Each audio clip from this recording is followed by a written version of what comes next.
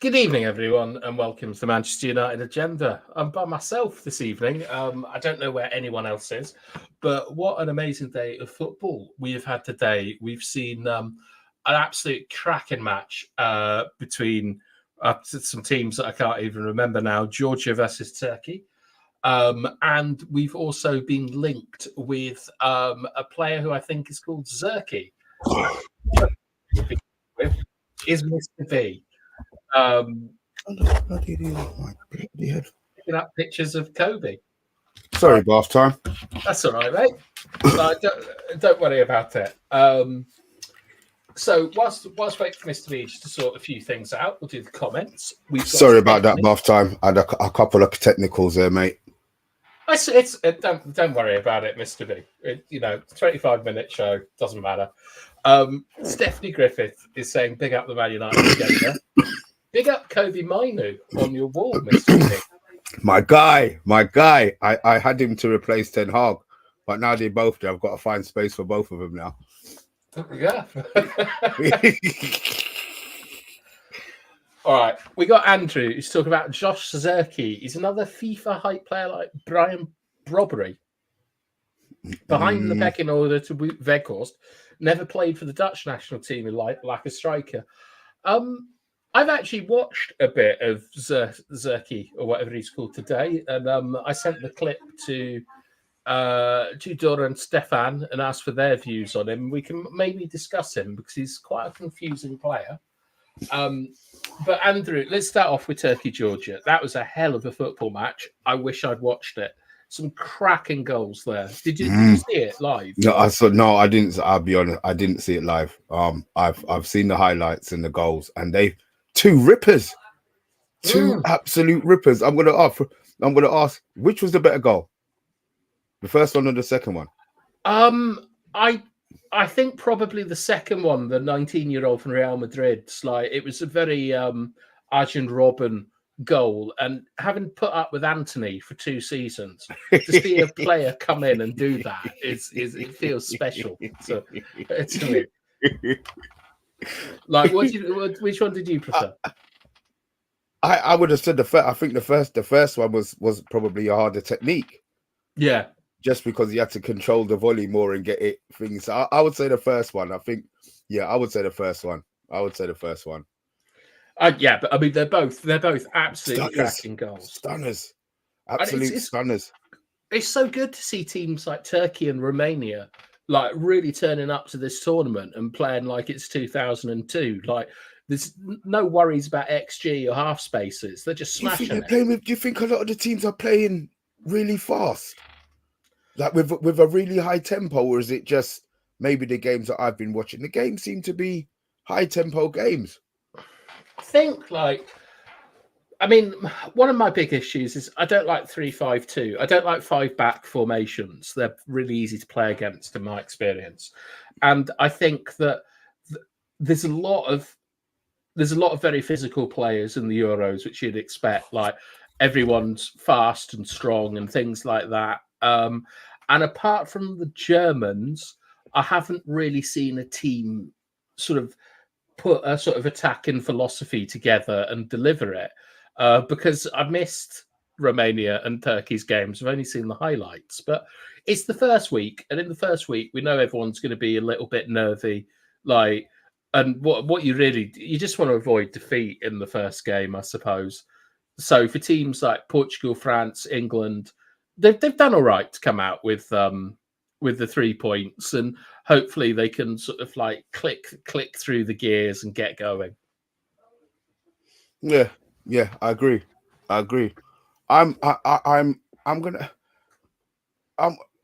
Obviously, what game are we? We'll talk about the Turkey game, aren't we? All right. Well, we'll go into the Ronaldo game afterwards, then I suppose. Let's have a look at some comments, because half these people are probably unemployed and have been able to watch all of them. Matty Bassett, hello Matty, how are you?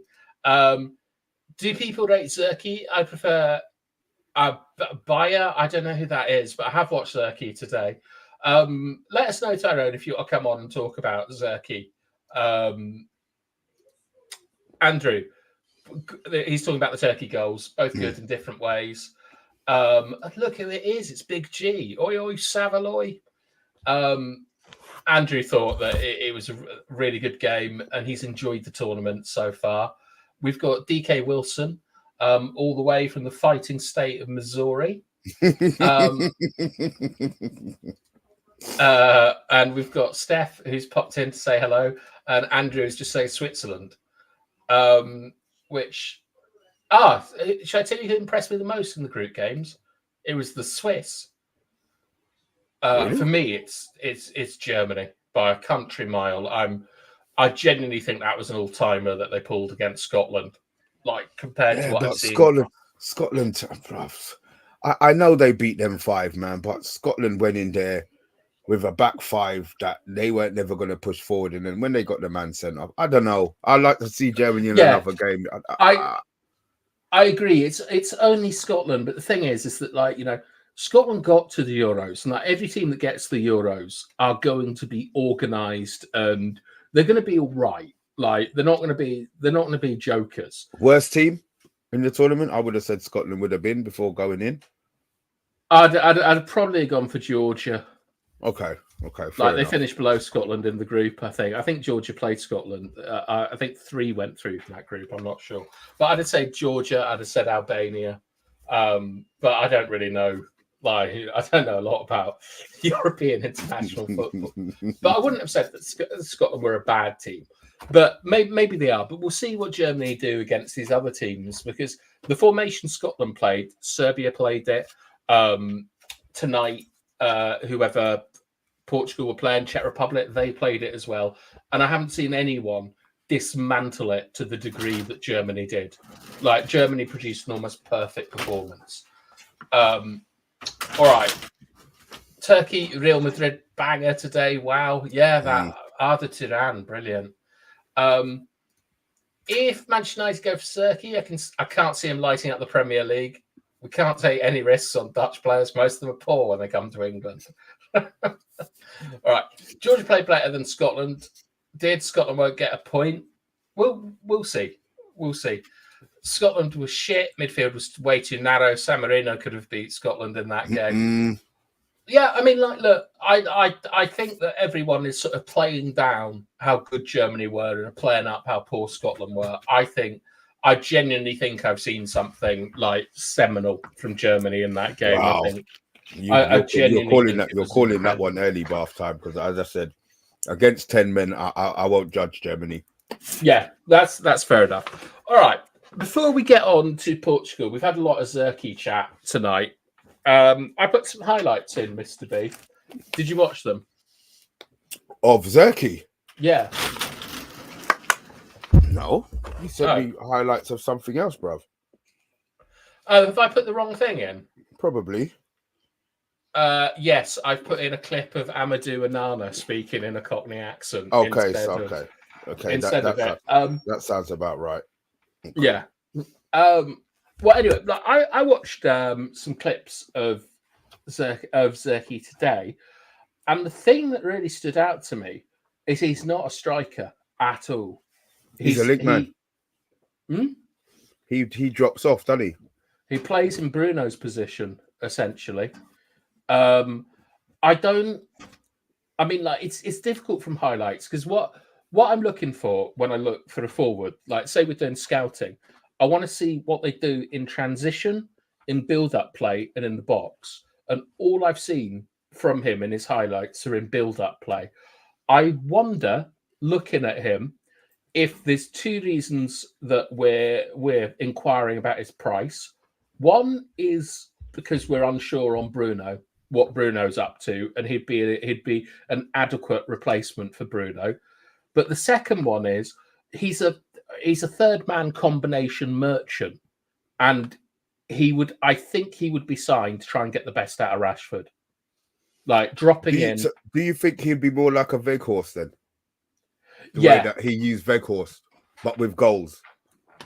Well, I don't know, because like watching him, like he does a lot of things that I don't like in a player. Bath time. You know what, bath time? It's a video. It's a video. Yeah, but you still like, because when I'm watching these videos, I'm always looking to see how a striker gets separation. Like when he gets the ball, how does he create that space to get his strike off?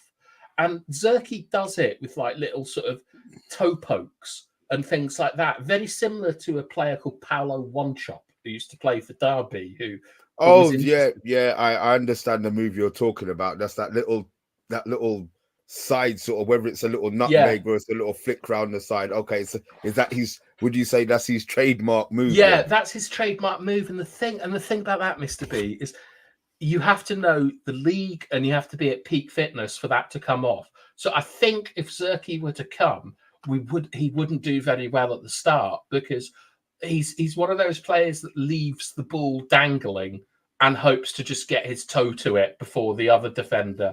And that always means that when they come back from injury, it takes them longer to get into it. They've always got to be at peak fitness, and they've also got to sort of like learn the league. So I'm not looking at ZIRKZEE. I don't really understand what he gives us that we don't already have in Bruno. And the only thing I can think of is that they're trying to get him to combine with Bruno to release Rashford. Because the one thing I will say is that Jesus Christ, man, if that's what they're doing, then they definitely go. Rashford's not the one I would be trying to get involved in. Well, why do you think we were looking at Kane? Because he scored 40 goals this season.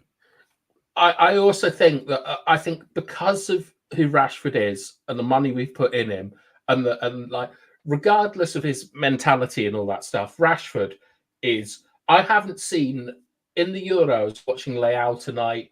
I've seen clips of all the left wingers. I haven't seen one who I think is head and shoulders above Rashford technically or physically. But Rashford drives me up the wall because I don't think he's got the mentality. And I think that everyone who's sort of coached him and all these different things, they've always said that he's a top player and he's ready to explode. And with all the money we spent on Rashford, what I have in my head at the moment is that Ten Hag and Manchester United are trying to look at a way to give Rashford a platform to perform because of the investment that's in it. Bath time, I'm a Rashford fan in it, but it's actually got to the stage where I'm always going to love Man United more than I love Marcus Rashford. So if it means that he goes, I mean, you can't.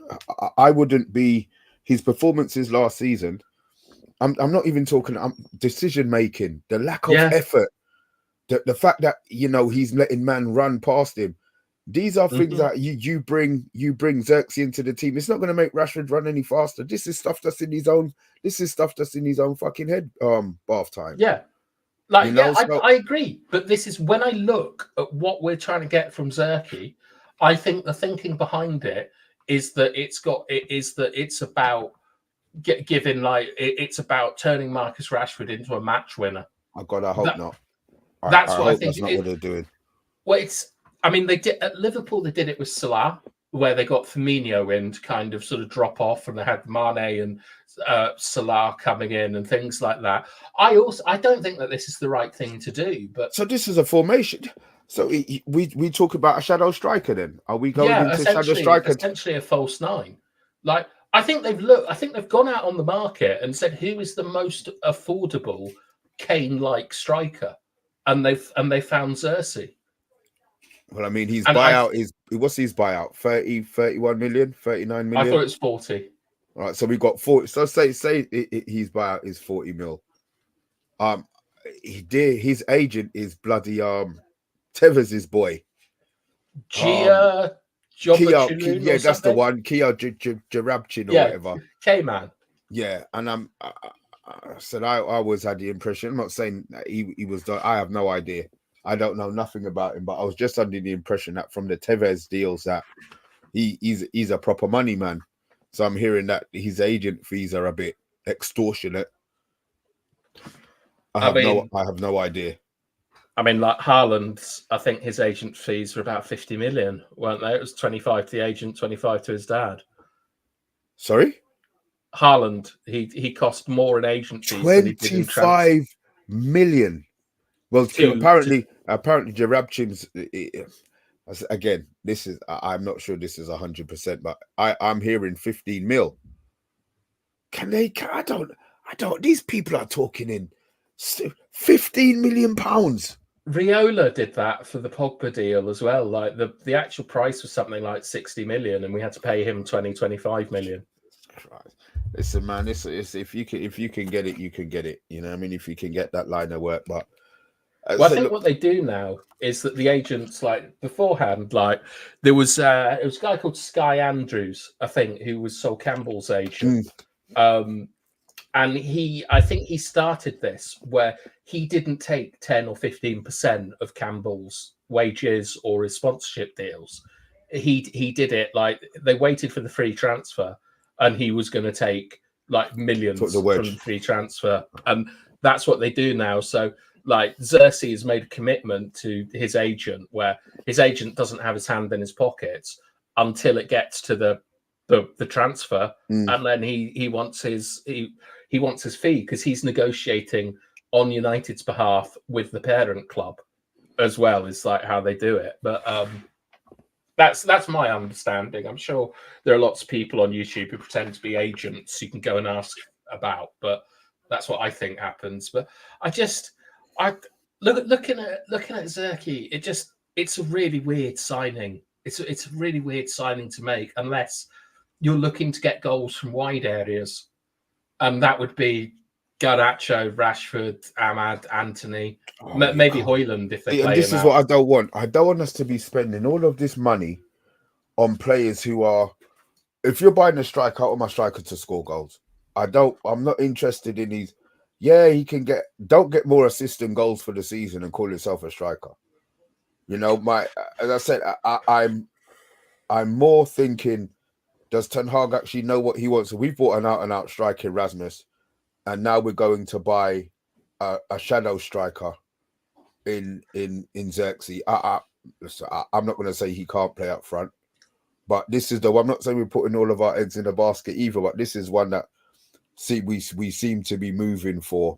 The fact that he's in the Euros would that slow down any deal for you? I mean, his agent's the one. His agent ain't playing, so deals can get done still, right? I mean, look, if it's very easy to agree terms with him in principle, so 120k a week, 5 million signing on, 15 million to the agent, and we'll sort the 5-year contract. We'll sort the details out. Like we'll get the lawyers together and sort it out in a day. And then the agent is talking to the club, and he gets a price back, and everything's agreed in principle. We can probably do it within 10 days or something.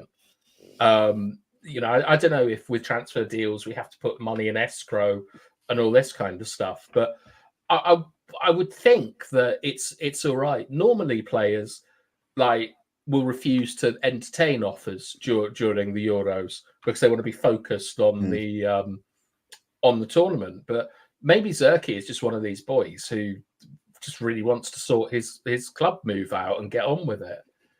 But I don't know, Mr. B. He does play like Harry Kane, though. He's not as good as Harry Kane, but he takes up similar positions, and he has that kind of incisive pass, and like he looks good in transitions. Okay, well at least he's adding height as well. He's 6'3", 6'4"? Yeah, he's a bit of a unit. So he's mobile, though. I'll give him that. He doesn't look like a From what I'm hearing, he's not a slouch, which is good. Yeah, he's not a tree. Like it's not like Fellaini or Weghorst. He's got pace, and he can turn and things. From what I see, I don't think he's. I think he's going to have to really kick on. Do you think this is a Ten Hag signing or a club signing in regards to the specifics that they're looking for in a particular striker? Ineos. It's got to be an Ineos signing. So the fact that he's Dutch is really just coincidence?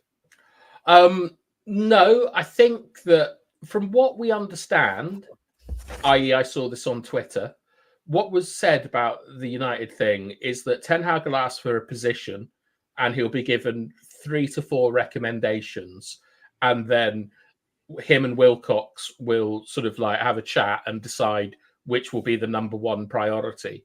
So it doesn't. So of all the four players that say he's been given, he's picked the Dutch one because he's most familiar with him.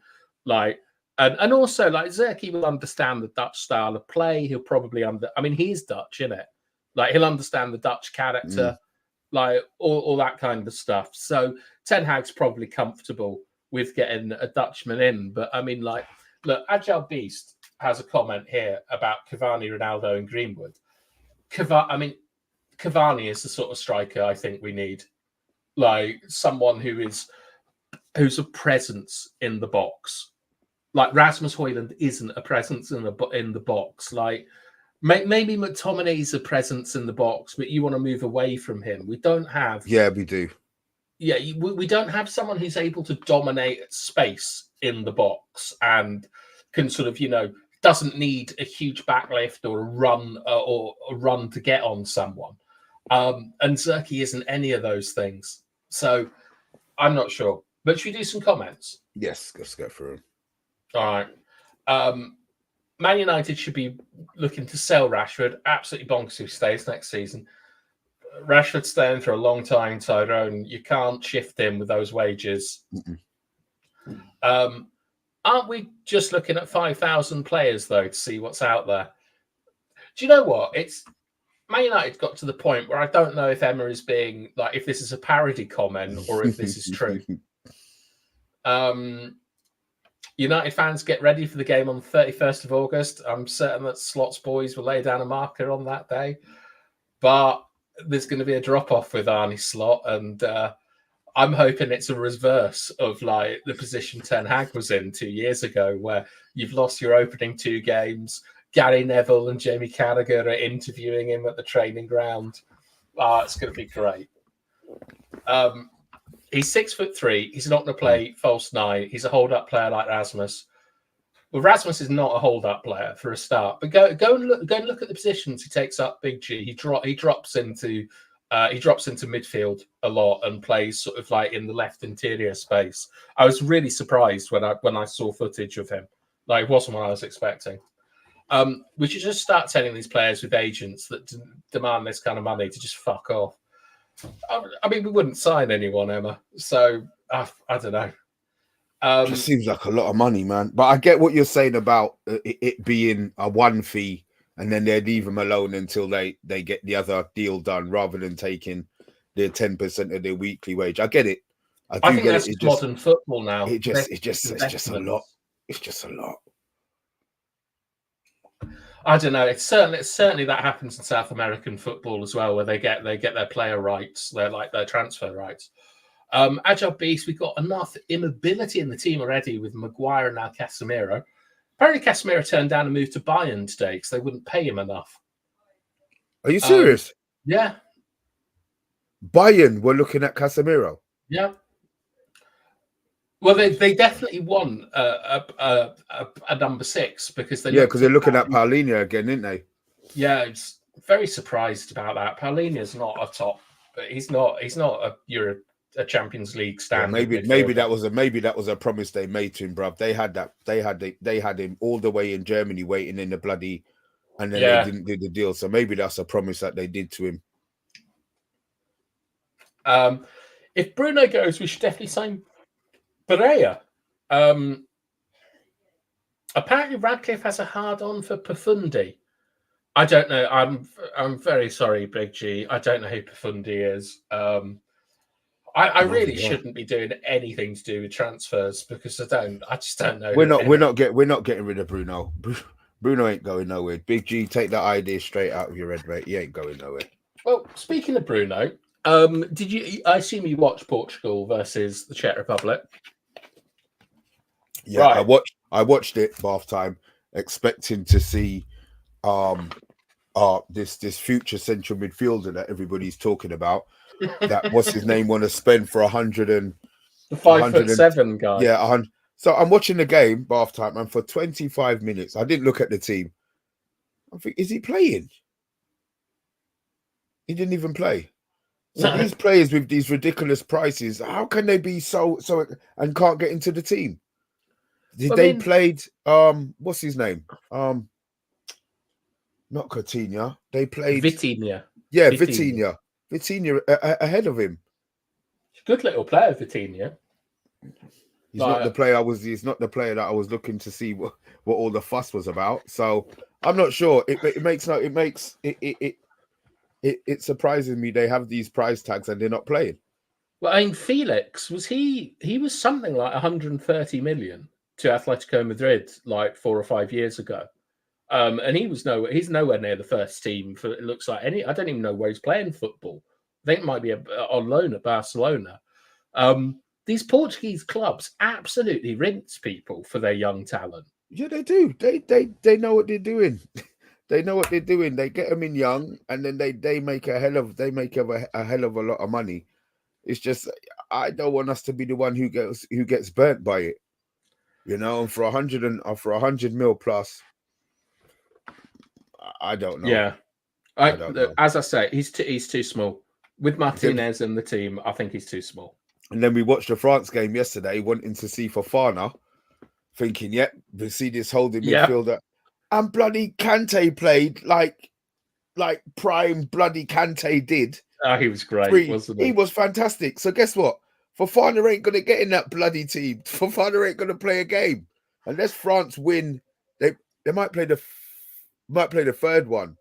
Depending on they've got to beat the Netherlands without Mbappe, though. So ideally, we want France and Portugal to win so we can look at their second string. Yeah, in the final game. Yeah. Player.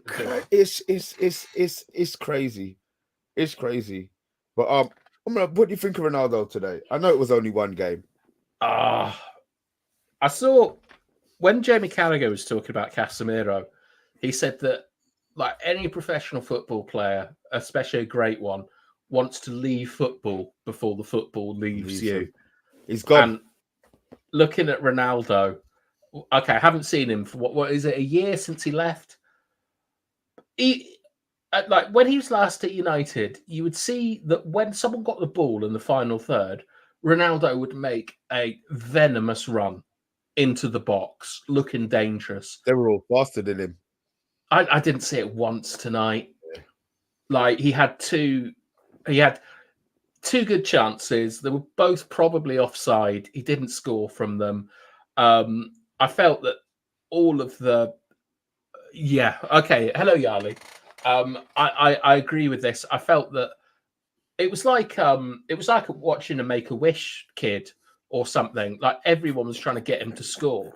They were constantly looking for him, and I think you've got to bring Ronaldo on for 25 minutes if you need a goal, not play him for 90 because he didn't offer anything, and it was like I've often wondered how you tell a stripper it's time to retire. And when I was watching Ronaldo jiggle wiggle. Yeah. When I was watching Ronaldo jiggle wiggling with his step overs and those moves we saw 25 years ago, I thought, God, this isn't good.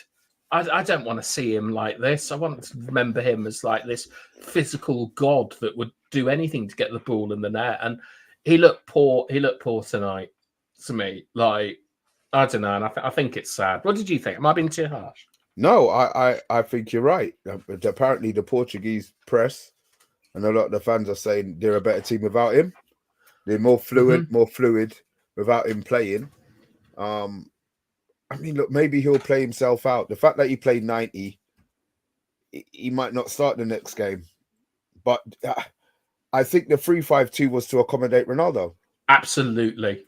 And that's the part of it that I hate. The fact that they've played somebody else alongside him to do his running. Yeah. I think it threw everything off. Yeah, it threw everything off. Yeah, they that's more what I see it. So it depends on what they play next. Ronaldo, yeah, I understand it, but everything comes to a time. I don't think Martinez has the cojones. Yeah, to drop him. Yeah. It'll be for Ronaldo to say, "Oh, play me. Don't start me this game. He play me 25 minutes this game, or play me, start me and take me off on 60 minutes." I don't think Martinez has got any authority over Ronaldo. I agree. Look, maybe that was the same at Old Trafford with Ten Hag. Ronaldo just thought, F you type thing. I think he's got a lot more respect for, obviously, than he's got. Would you remember when Ragnick took him off at Brentford? and he Is that when he spent just dropped? Sorry? Is that when he dropped? Yeah, he spent half an hour shouting at Ragnick on the bench. Like, I'm of the opinion that when like Martinez probably got the job because in the interviews he was the one that said what his plan for Ronaldo was. Like, you know, the Portuguese FA want Ronaldo to play as a legend of football and a superstar. But when I was watching the game, right, you know how I hate loads of goals being scored because it's not really football to me. I was looking at a team sort of trying to work out if, because you've got the greatest goal scorer in European football in your team, is it the worst thing to set up to just service him only? Because goals are meant to be the hardest thing to get in football. Yeah, but now defending is more important than scoring goals. Everyone's scoring goals. No one's defending well. Nobody's keeping clean sheets. Yeah. Or keeping the goal. Yeah, I get it. I get it. So I don't know, but like, let's ask the chat, because Emma is saying it's the fact he can't just step back and be in a more encouraging sporting role is kind of sad. Emma, I think you don't get to the position Ronaldo's been in having that kind of mindset. Like, it's all about him. Ronaldo's a political wrecking ball for the team. He scored 44 goals this season against Conference League level competition. We very nearly played in the Conference League, so suck it up. Scoring 44 goals is still impressive. But with another sensible comment, to wait. Maybe means to wit. I'm not sure. But what about Bruno? But I love Bruno. I think Bruno was good today. I'm not going to say he was great, but Bruno, I'm not going to say he's faultless, but I think Bruno's fantastic. So I didn't see any negatives, anything to do today. What he did today, I thought it was well funny when he kicked that bloke in the head and then was like rolling around, going, "I didn't do anything wrong." Yeah, until the other camera angle saw the guy's face move. You know what I mean? But I thought Bruno was great today. Like, it's like, I think we sort of maybe take him a little bit for granted that even in international football against like essentially a sort of a super West Ham team, he's still got the ability that no one else seems to have in the tournament to just completely unlock a defense with a crazy ball. Like, incredible stuff. No comment. And I think he trusts the whole of the Portuguese team. I don't think he trusts some of the Manchester United players. Right. Yeah. And he seemed to play. I'm trying to think of the passes that he wasted today. He just seemed to be more in control and not wanting to do everything himself. Yeah. There was only one kind of Hollywood ball, and it found like Leao. Like, Bruno's a sausage. Look, we're just talking about the game Bruno played tonight. I thought he was the best player on the pitch, and I'm so impressed that in a team of genuinely that Portugal team, you could argue that they've got like some of the best players in world football in every position. Too. Like, it's stunning. Like, you just go from the midfield, the wingers, like the striker, the midfield, everyone is someone that is top 3 or 4 in the world. And Bruno is the one who just began dictating that game. All the chances came from him.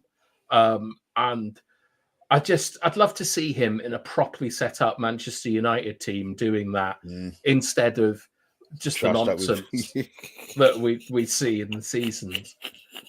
But they weren't very impressive, Portugal, and despite all the possession they had, it was only Bruno that created chances until Jota and that young Conceição's boy came on. And what was so funny is when what's his name?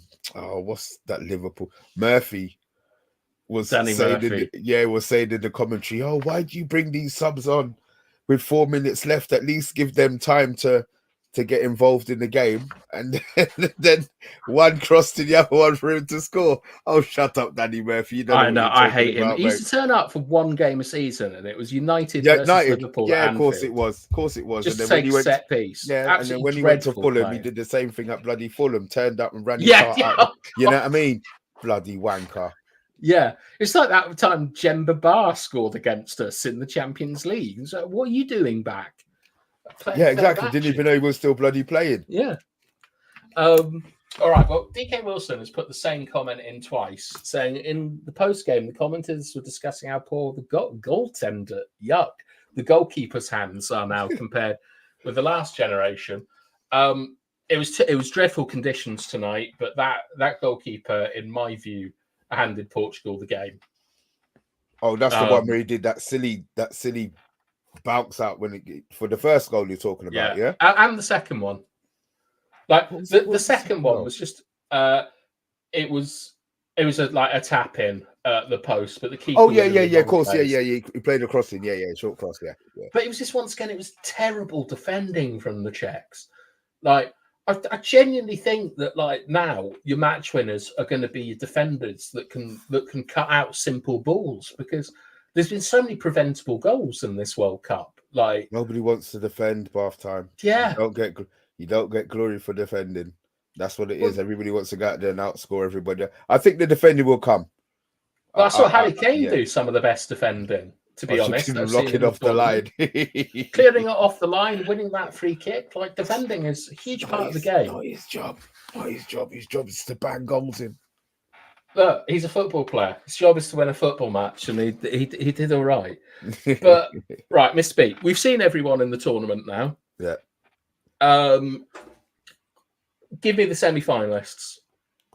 I have no. I know who I want to. All right, from what I've seen, yes, and okay, and not from what I hope. From what I've seen, no. I'm gonna go. Oh, fuck it. Germany. Yeah, without a shadow of a doubt. Who did Spain play? Croatia. Spain, I think maybe. Okay. Those are the only two. France and England are the other two big names. Yeah, but I'm trying to look on what they did, what they've done so far. That's impressed me. Those are the names that you're always going to say because But if I'm looking at a team that is impressed me, I said I want to watch that. I want to watch that Turkey game again. To be fair, they're not going to be the ones that are going to get there. But if I had to look, then it would probably be more towards a big two, and then maybe somebody who's put a couple of surprises in. But I think it's going to sort itself out by half time. I don't think there's going to be come quarterfinals. There's going to be no surprises in it. It'll be the teams that everybody expected to be in there, I think. Yeah, like look, Bart's his semi-finals: Portugal, France, Germany, and Spain, and obviously Bart being Bart has left England out, but you wouldn't bet against that, would you? Like in any tournament, really? Yeah, yeah, you wouldn't. I think England, they've got a lot of work to do. But the good thing about tournaments, you play yourself into. You don't want to start bang like Germany have. Because they've got some Arsenal, man. Oh, my brain's gone dead. England have got space for improvement. There's a lot of teams who have got so much more to improve. So I said it's about learning. They'll work it out.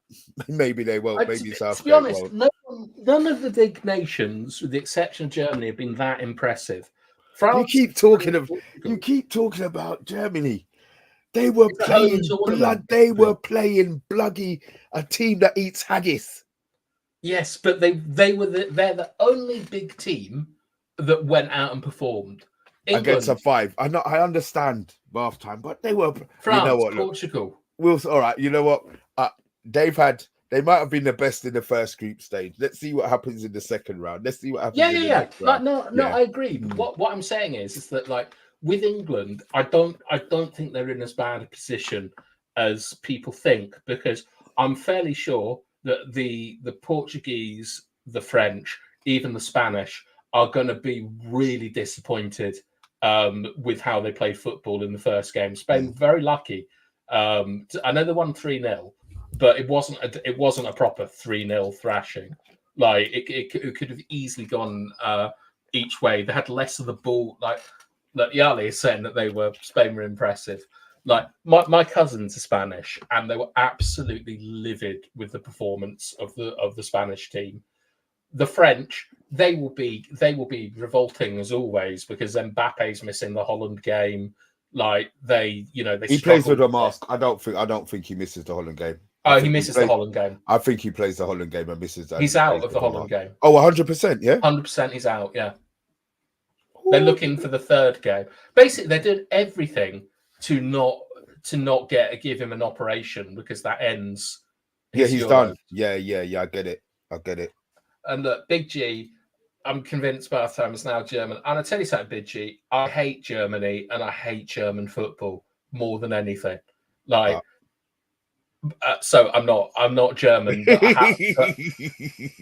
I was grudgingly incredibly impressed with Germany, and I think everyone probably was because you've seen all the other teams huff and puff. So maybe Scotland are shit, as everyone says, but you can only go out and beat what's in front of you. Agreed. And I think that England, France, and Portugal, they've now had their kind of had their reality check. Like, England, we see them pissing about on inflatable unicorns and swimming pools and stuff like that. They've got out and they got duffed up in the second half. Like, France have lost the best player in the world, allegedly. Portugal tonight got bailed out by poor defending. I think it's anyone's tournament. If a team could get a bit of consistency and click into gear at the right time, I think could be anyone. And I include teams like Romania and Turkey in this. Like, if you put those teams up against England or France, Spain at the moment, it's not a foregone conclusion. Yeah, I think agreed. the Euros is wide open. But do you hate their 50+1 rule too? I hate the Red Bull clubs in Germany. I'll tell you that much. Absolutely disgusting to take football club away from the fans and turn it into a fizzy drinks company and get Ralph Ragnick to run it and employ criminals. Allegedly. No, allegedly. he was convicted criminal. Okay. Allegedly. No, he's convicted in a court of law for doping. Right. Okay, he doped an under-16 Hungarian girls skiing team, and Ragnick got him in as the head of sports performance for the Red Bull Group. All right, well, okay. That's the story for another day. That's all legal, but I can say that. Okay. But yeah, so I think, we've done 40 minutes tonight, Mr. B. Is there anything else you want to discuss? No, I'm just waiting for United to sign some players, man. I'm glad the Euros are on, but I'll be honest, by half time, I would gladly not watch any Euro game if it meant that we signed a player. So I hope that we're moving. I want whoever the club want. I'm not going to sit here and say who I want. I want as a centre back. I want Todibo. That's the centre back that I want. Midfield, I want Fofana if I have a choice. Yeah. And forward wise, I don't know who's out there. To be honest, I would have to have a look, and this because I don't know. Forward wise, I hold up my hands and say I don't have a clue. But have you seen anyone in the Euros you'd like? Not yet. Rabiot? Not yet.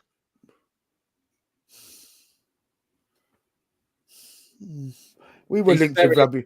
Yeah, we were linked with Rabiot for so long, and then his mum came in and threw the kibosh in. If we get him, no, I'm not feeling him. But what I will do is I'm going to start looking at players and see which ones I think would be good for our team, and then we go from there. Yeah. All right. Well, I'm off for a week, so I won't see any of you chatters for a bit, and I'll miss Mr. B, although he can stick the boot in the comments section. Outrageous behaviour. But yeah, so we are back tomorrow with Dora, Stefan, and Amonde, and Croatia could be out of the Euros tomorrow, the first team to be eliminated. And you guys, Dora's our favourite. but you can treat her like an Arsenal fan tomorrow if they go out. She's very thick-skinned. Yeah. So she'll take the abuse. If not, just be nice. Yeah, Dora will give the abuse. Go on, Bart. You said you've got one question. Is this about James Milner? What is this? No, it's going to be about what's his name? What's the other midfielder that went to Ajax? Henderson. Watch. Going to be something about him. Come on, get your question in. Yeah, come on, before Bart. we go. What is this going to be? You're going to ask me about Hayflick's Constant again, and be surprised when I know what that is. And guys, there are quite a few of you watching, whether you're watching real watching or fake watching. But look, hit that like button for us before we go. Cheers. Did the Premier League drop the ball by kicking off the Premier League with a mid-table clash? Yeah, that's a good point, actually, Bart. Premier League fixtures came out today. It's 8 o'clock on a Friday night. We're opening the Premier League season. I hate Friday games, certainly at 8 o'clock ones, but they've set us up. They expect us to get a dick in. If they put us on, what it is? Yeah, of course it is. They could have chosen anybody. Friday night, guess what? We lose. Team. Yeah, we lose. Right? They've got the whole of Friday night, and the whole of Saturday midday afternoon until the 12 o'clock game comes to be talking about us. So yeah, they put us on because they expect us to lose. Nah, I think they put us on because people don't tend to watch that fixture. Like Friday night, 8 o'clock is not a time to be. Wasn't it Arsenal last year? After COVID, it was Arsenal versus Brentford was the first Friday kickoff, and Arsenal lost amusingly 2-1 to Brentford. But I don't know who it was last season. Oh, look, it doesn't matter as long as we win it by half time. They put us on. Yeah, the Agile Beast is right. They put us on Monday night last year because that's another fixture that doesn't get the views that it used to. They don't expect us to lose. They just expect more people to watch. They expect us to. You expect us to lose. I bloody don't, mate.